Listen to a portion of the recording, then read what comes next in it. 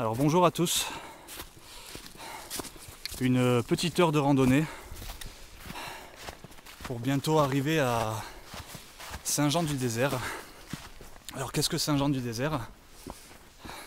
C'est une chapelle. L'époque de sa construction est un peu obscure, les avis divergent, mais beaucoup pensent que c'est une chapelle qui aurait été construite par les Templiers, par l'ordre du Temple. Et ce serait pas étonnant puisque dans le coin, je suis déjà allé voir pas mal de chapelles, d'églises du même genre en fait, qui auraient été construites donc par les Templiers. Et vous verrez une fois sur place, voilà, vous voyez, on approche.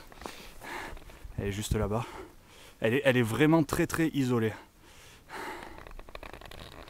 Oui, donc les avis divergent sur sa construction parce que apparemment elle aurait été construite en 2 fois. C'est-à-dire le corps principal de la chapelle serait le plus ancien et beaucoup plus tard la chapelle aurait été agrandie. Et je vais vous expliquer une fois sur place pourquoi. Car cette chapelle est liée à autre chose. Et si j'arrive à découvrir ce autre chose, je vous le montrerai. Allez, on y est presque. On se voit une fois sur place. Donc voilà, on approche. Alors si vous voulez vous faire une idée de l'emplacement, grossièrement, c'est entre Ubrail, les Scaffarels et Entrevaux, dans les Alpes d'Haute-Provence toujours. Alors ce qui me surprend direct, c'est la taille. Elle est très très grande.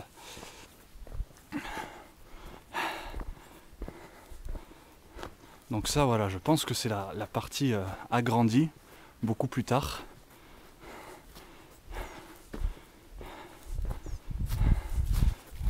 Bon, on ne pourra pas rentrer dedans, soyez pas déçus. Je ne pense pas en tout cas. Vous voyez, elle fait au moins, oui, elle fait plus de 50 mètres, même plus.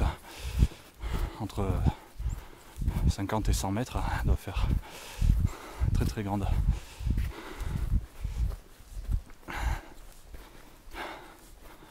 Oui, donc c'est un lieu de pèlerinage, donc voilà. Les personnes viennent souvent ici. C'est waouh, elle est super grande.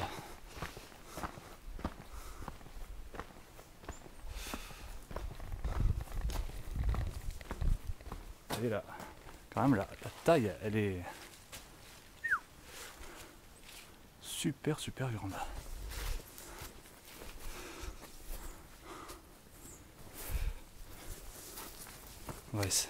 On va essayer d'avoir une petite vue là ensemble. Peut-être en prenant un peu de hauteur, on la verra mieux.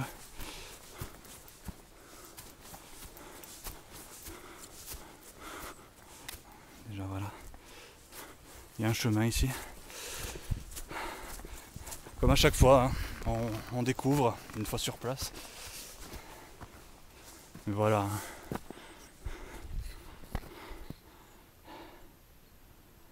Voilà, ça vous donne une petite idée de la taille. Alors quand on pousse les recherches, on se rend compte que l'ordre du Temple était vraiment très présent en France, notamment dans certaines régions du sud, et que du XIIe au XIVe siècle, il y a plein de villes, de villages qui existent encore actuellement, qui ont été fréquentés par les Templiers. Rien que Sisteron, Digne, plus près d'ici, Le Fugeret, Anote, Castellane, Entrevaux, voilà, c'est des zones qui ont été vraiment connu leur passage et ils ont laissé des traces. Ils ont laissé des traces. Alors le corps principal de la chapelle, alors ça a été agrandi tout simplement parce que beaucoup plus tard c'était destiné à accueillir les lépreux. C'était une léproserie, la partie agrandie aurait été destinée à ça et franchement ça ne m'étonne même plus à force parce que même concernant la pyramide de Falicon où j'ai fait 4 vidéos dessus, la présentation du sujet, les les deux parties et la dernière partie avec Hervé notamment, de Monde Mystérieux. Apparemment la pyramide de Phallicon était à un moment donné également destinée à accueillir les lépreux, quoi. On les mettait dans des zones isolées pour les raisons qu'on comprend. Donc voilà, cette chapelle aurait été bâtie par l'ordre du Temple. Et notamment, c'est prévu, notamment qu'avec avec Hervé, sur sa chaîne, on va peut-être aborder le sujet des Templiers, parce que on découvre de plus en plus de choses à leur sujet, et des choses qu'on ne nous raconte pas habituellement. Voilà, donc c'est très très intéressant et en contradiction avec l'histoire qu'on nous raconte habituellement. Donc comme je vous l'ai dit, il y a une deuxième raison pour laquelle je suis venu. Je vais essayer de la trouver, parce qu'elle est dans le coin. Et si je la trouve, bah, je vais vous en faire part. Allez, c'est parti.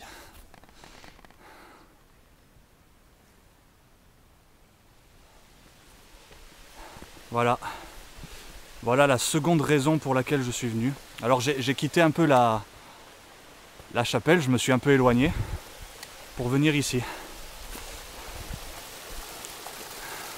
Alors la fontaine a été aménagée directement à la source,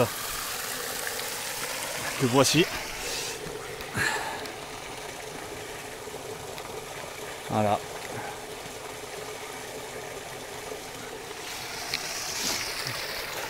Alors beaucoup vont se dire oui, ce n'est qu'une fontaine. Ben non, pas que. D'après les habitants du coin, et ça remonterait à la construction même de la chapelle de Saint-Jean-du-Désert. D'après les locaux, cette fontaine aurait des vertus, comme beaucoup d'autres en France, parce que la France est quand même un des pays qui compte le plus de sources en Europe. Et comme beaucoup d'autres sources en France, cette fontaine aurait des vertus guérisseuses, voire même miraculeuses, d'après certains. Alors ça peut s'expliquer de diverses manières, hein.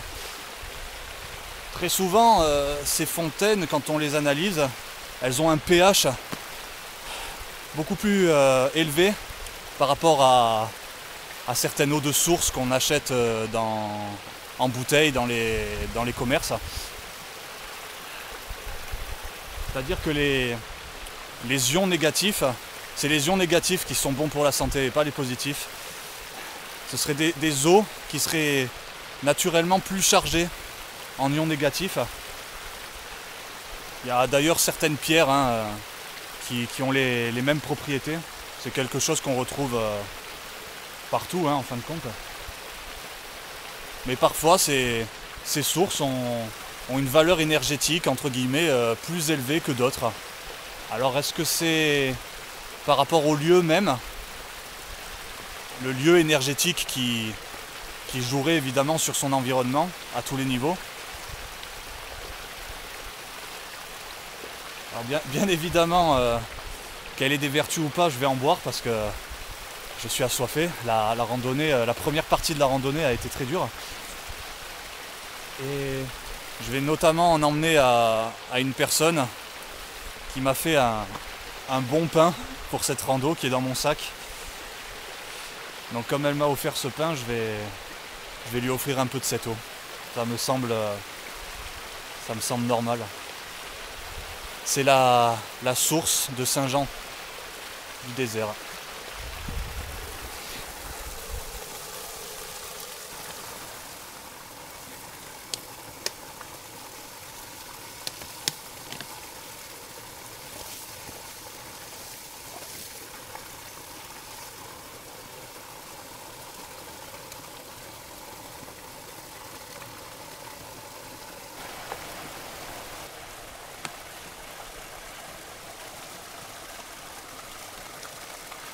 Elle est glaciale.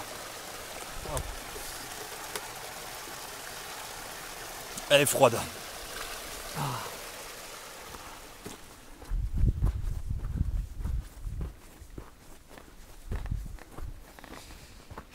Donc je me suis remis en marche parce qu'il fait vraiment très très froid. Le sol est gelé. On est dans un vallon donc le soleil il n'est pas encore là.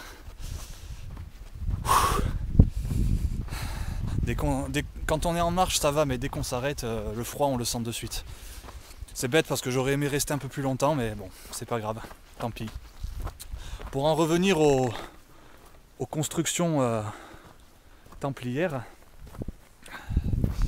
en général les Templiers ne choisissaient jamais au hasard l'emplacement de leur construction, que ce soit niveau église, chapelle, cathédrale.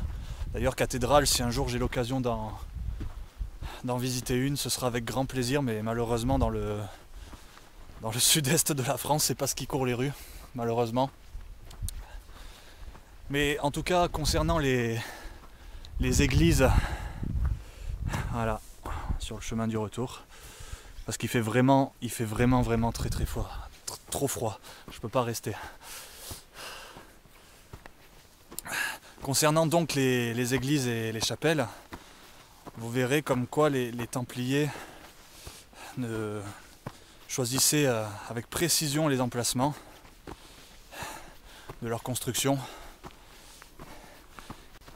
Des vidéos sur les Templiers, il y en aura certainement d'autres.